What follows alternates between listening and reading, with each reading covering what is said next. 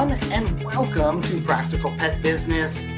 Lorin, you and I get a lot of questions. Thank you to all you who have been sending them over. practicalpetchat@gmail.com. This one comes straight from that. Loyalty programs. This is an interesting topic because there used to be, in my opinion, a lot more value. And then there was like all these ways to do it and how to do it and this and that. And I think to some extent, we may have gone astray. So maybe I need to, hold up a missing quality rewards programs. Where do you come down on rewards programs? Where do you find the most value? And what are you concerned about these days? Oh, loyalty programs. So, yeah, the issue with loyalty programs is I'm not sure if there's a real understanding behind what the purpose is of a loyalty program. It's not a reward program. It's a inspiring someone to stick with a particular retailer. And yes, there is a reward in the end, but it has to be a significant reward. And as an example, there are brands that are part of loyalty programs and it's the same discount every month. And you start looking at that and it's like, well, because you're part of this program, then we're going to give you $3 off of this every time you buy it. Just make the price $3 off. It's never not that. Right. That's not a loyalty program. That's just a way to measure traffic.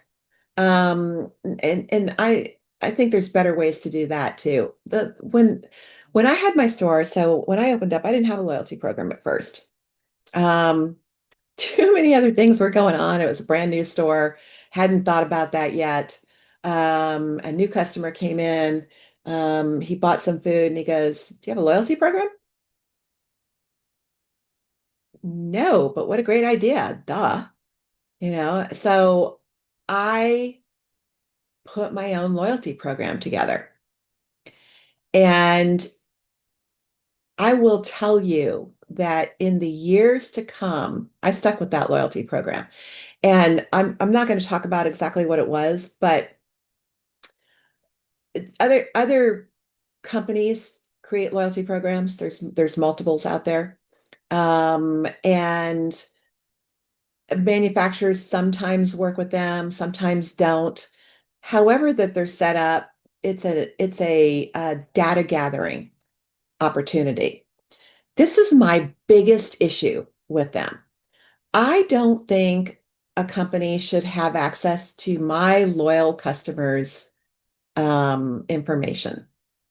I don't think that should be an option. If the only thing they tracked was the purchase, that would be one thing. But so many organizations out there, companies out there track information about the person who signed up that I'm just not comfortable with.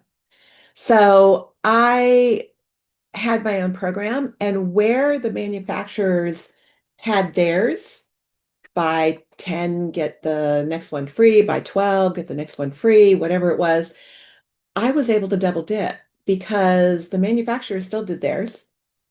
And my internal one, I got to make the call on that.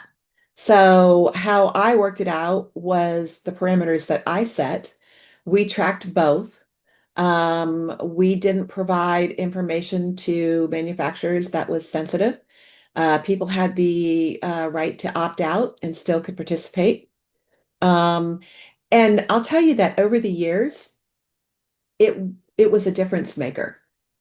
It was what kept people coming to my store. It was my own personal loyalty program.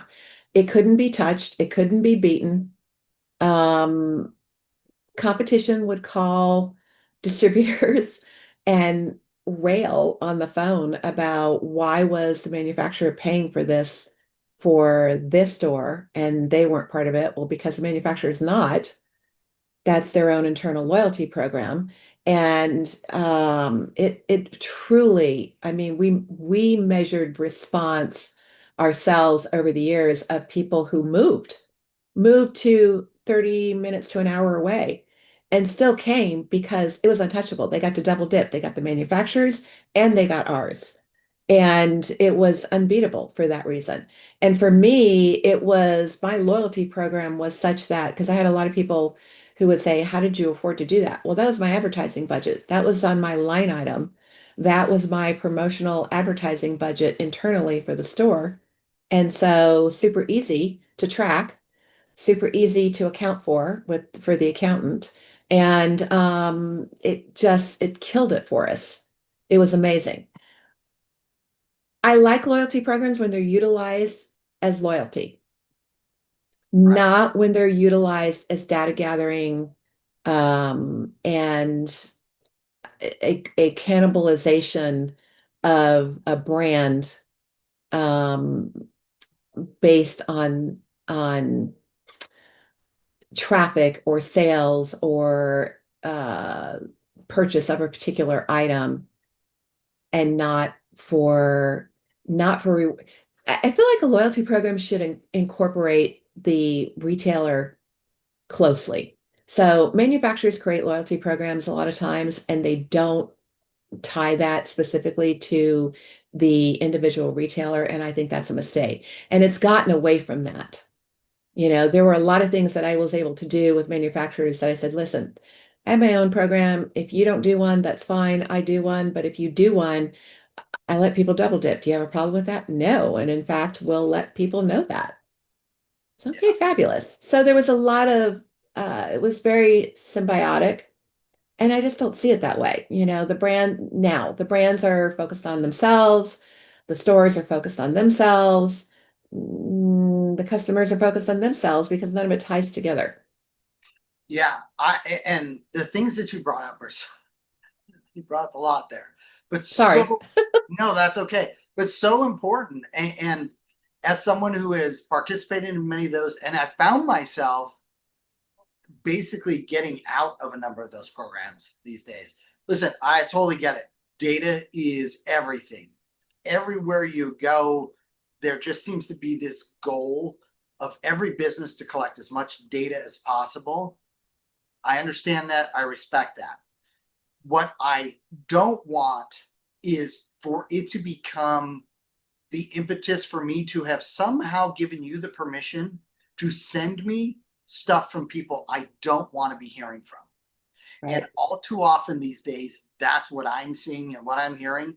Just because I bought something one time does not mean I want 53 different offers and you to sell or hand off my information to 25 other things. And I think that has been lost as we've evolved. I really like what you said about specific to the business. There is one establishment I used to go to specifically because my 11th meal was always free. It wasn't ridiculous. I still had to get 10 to get to the 11th. And I appreciated they did that. They switched over to one of these systems. And oh, isn't this great? Because you're now going to get points for our conglomerate of restaurants and this and that. Except that it got so overwhelming so quick. I literally, and when I say overwhelming, not tracking, tracking's easy, right? I go scan my code, boom. What I mean by overwhelming is now getting all these offers. And if you come in now from places I've never been to, and I understand that may be part of it, but let's think about that, right? How many restaurants are there out there? I'm not asking for every day as lunch is approaching 17 texts and faxes and notifications. I have to, because I've got a world of my own, shut those all off. Otherwise, I'm hearing ding, ding, ding. Like, what's the point? But what that created was I no longer felt the connection to that place. I still eat there, but I will tell you, to your point, not nearly as often as I did when they would take out the little rubber stamp and stamp the Mm-hmm. card, as opposed to, oh, we've made it so much easier for you. Now you just, open up your phone and you scan your thing and boom, it's, going to register it. And if you eat at these other places, it'll add up quicker, which by the way, my going there 10 times became, well, you now need 25 points for that one. Right. Well, if I'm not eating at any of these others, you just really made it so that I'm not getting a reward anytime soon. And so that frustrates me. The selling of the information and all that. Listen, I wouldn't mind if you were using that information to improve your business. That's what I'm really signing up for. Okay. These are the things I buy. This is how often I buy, etc. Build a demographic so you know your customer. I get that. I'm in the business world myself. But when it's like, well, let me help you build every business that subscribes around here. That. So the problem is that there are some loyalty programs, take it down to a retailer. When you're talking about a chain of restaurants like you were referring to, I guess I get that. Yeah, I don't think it's done right. I agree with you. But they just want you to stay within their chain of groupings of different restaurants. But when you can go to a retailer and make a purchase and then go to a completely different retailer and make a purchase of the same item and get rewarded when I maybe have never walked into that retailer, right? Right. That's weird. It's like I was shocked. I went into a retailer that wasn't in my area to buy some food and I've never bought from there before. She goes, well, let me see if you're in the system. So I gave her the phone number. What the heck? She goes, oh, well, you're due for your free one. Wow, that's a crap out. I would have been beside myself as a retailer. So you're not creating loyalty for me as the retailer. You're creating loyalty to the brand, which I get, but there is a way to do it all together. The other part of it too is what really is upsetting when you talk about the stuff that you get, that's sent to you. How about the fact that now that you're purchasing this particular brand, you're suddenly getting focused social media contact, focused emails, focused mail from Right. that brand to order directly from them rather than go to the independent retailer or to whatever retailer that it doesn't matter what it is. It doesn't have to be the pet industry. It can be anything. Whatever retailer that you've been loyal to, because remember the word here is loyal, then, well, you don't need to be loyal. Just be loyal to us. We're the brand. Just be loyal to us. We're going to sell it to you directly. We're going to undercut. We're going to sidestep, and we have all your information. We already know you feed this, you buy this, you use this, you do this, whatever it is. And so we're going to reach out to, that's wrong. That's 100% wrong because maybe they wouldn't even know if they didn't go to the place that they were patronizing. So I have issues with the actual use of the term loyalty. I think that everybody's forgotten what that exactly means. And is it a reward program? Yeah. Mm. Yeah. No, I think you hit it. And I think, as we talk about, you and I have talked about white labeling a number of times, right? That's just another correlation here. If you're sharing this information globally, to your point, not only is the direct manufacturer, being given that data and that information, but now anybody in that network. And so if they're seeing statistics, they're reading them in a way that you're not, you're actually benefiting their business more than you're benefiting your own business. And so there are a number of things that, I would just say, as not just a consumer, but also a business person, I want the advantages in business that benefit my business first. Anything else is ancillary to me. And so, Right. it sounds good to be a part of these collectives and this and that. But to your other point, it's like, oh my gosh, I shop someplace else 19 times, but I can come here for the 20th and you're the one on the hook. That's not a great play either. Oh, well, it averages out over time and all that. I've heard all No. the spiels and all the rest of that. It does not. It does not. And so, no, I think that's, and I also like too what you said earlier. It's like when you see things that are the same month after month after month after month, it's like, wait a second, just give me that discounted price. Right. Let me, that's, going to drive more business, more sales. Or let me do those, buy 5, get 1 can free. If that's where we're going to stay, then okay, let's build that in and let me have it be a part of the marketing, part of the ongoing messaging. Let me train my staff so that they can be quickly recognizing, hey, you got 3. If you were to buy 2 more, you get Right. 1 more. Now all of a sudden I'm benefiting everybody in the process without the additional, oh, well, you got to qualify under the, do you have your signed up for your rewards card or you're this or that? That's where I think we've lost the simplicity, the beauty of what was there before. Um, and, the loyalty and the rewards was meant to build relationships. I think, as we've talked about already, that's what's missing in some of these endpoints here. The intent is there, but the endpoint result is not getting there for the businesses nor the consumers many times. And it's No, and it's because of meant that to disconnect. create a long-term relationship, Yeah, not a quick hit. And that's what it's turned into. It doesn't matter where you buy it. It's going to count. yeah. No, It's like it's just it's the difference too. I mean, the real takeaway here is you want to do that. I'm not telling you not to. I'm telling you that you should also create your own. You should have your own internal to you that is different than what people can find anywhere else. Let people double dip. You get back you're reimbursed from the manufacturer. You can't get cheaper advertising on social media or anything. And the word of mouth is phenomenal. People used to bring people in yeah. to my store and say, "This is where I buy my food. This I end up with 2 free every so many." And they're like, "What?"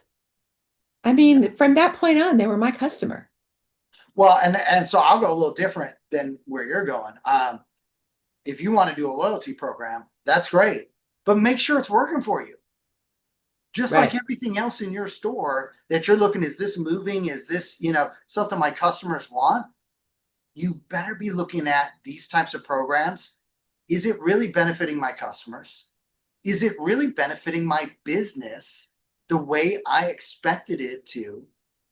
And that's that part that I think when I ask folks, whether it's the manufacturers, whether it's the independent stores, they'll pause as like, yeah, I really haven't thought about it that way in a while. I need to do a deeper dive and come back to you and answer that, Rob. Because when it's pitched to us, of course, sounds good, sounds great. But then in reality, is it what we thought it was going to be? Is it what was pitched to us? And is it something that is doing what we couldn't otherwise do on our own? Because that's that part. I'll say I still go, since I don't drive up to your store anymore. I go to a independent that does offer their own. And the irony is, it is still the stamp card. And they're proud of that and they own that. And it's part of their talk track. So for certain items that you Yeah. buy, it qualifies. And that's another great talking point. And I've been in the store and people say, oh, interesting. Why do only these things? Here's why. We really want to reinforce the natural side. So anything natural you buy, that counts towards X or Y based on this amount of dollar. I mean, there are a number of ways for you to structure it, but the bottom line is own it. whatever path you're going, make sure it's benefiting you, benefiting your customers, and then it's giving you the return. And if not, pivot to something that does. And once you make that pivot, explain to your customers why. We don't participate in those. Most of our folks told us they just weren't benefiting from it, from us. Okay. Oh, okay. That makes sense. Because We had a stamp card. And sometimes the old ways are the best ways for obvious reasons. It was easy. It allowed engagement, allowed a conversation while we were going through all that. And again, when you create your own loyalty card, like you're talking about, I only did it for food. Yeah. So it was only food. It didn't matter what form the food came in. It had to be food. It wasn't a treat or anything like that. It was food. So, it reinforced the foot traffic for the necessity of food buying, but opened up everything else. And so, everything that was Keystone was not part of the loyalty thing, and I've been in the businesses where it's you buy so much, every so much that you buy, you get this, and it's like, God, that's hard to track.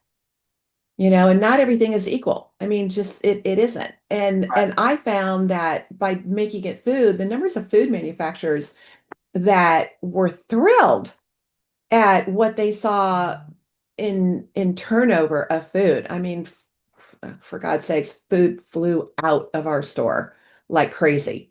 And they were like, better deals, the more you sell, the better the deal. So you get to it just the whole thing dominoes into other things. So I really think that, if you got a reward program in place now, that's great. Create your own loyalty program, something that works for you, that is specific to what is important to you, that you can, it doesn't have to even be a lot to start with. It can be a genre, it can be a category, it can be, whatever, like the natural. I love that, by the way. That's a brilliant thing to push people towards the natural. But whatever you want it to be, that's the beauty of it because you own it. Right. Well, and I'll just say this to wrap things on my side. Whatever you do, keep it simple. Keep it simple. Don't make it so complex that you need a scorecard or a system to be able to understand it. It should be very easy to understand, not just by your staff and yourself, but by any customer walking in. If it takes too much explanation, it's probably not going to benefit anybody. Right. That's not what you want to be spending your time doing. Right. So, all right, folks. Hey, we know you've got a lot on your plate. You got a lot to do running your businesses. Thank you so much for spending the time you do with us. Send us your emails. Let us know what your experiences have been, what you like about your programs, what you'd love to change, any thoughts, any ideas, practicalpetchat@gmail.com. As always, thanks for joining us here on Practical Pet Business. Thanks, guys.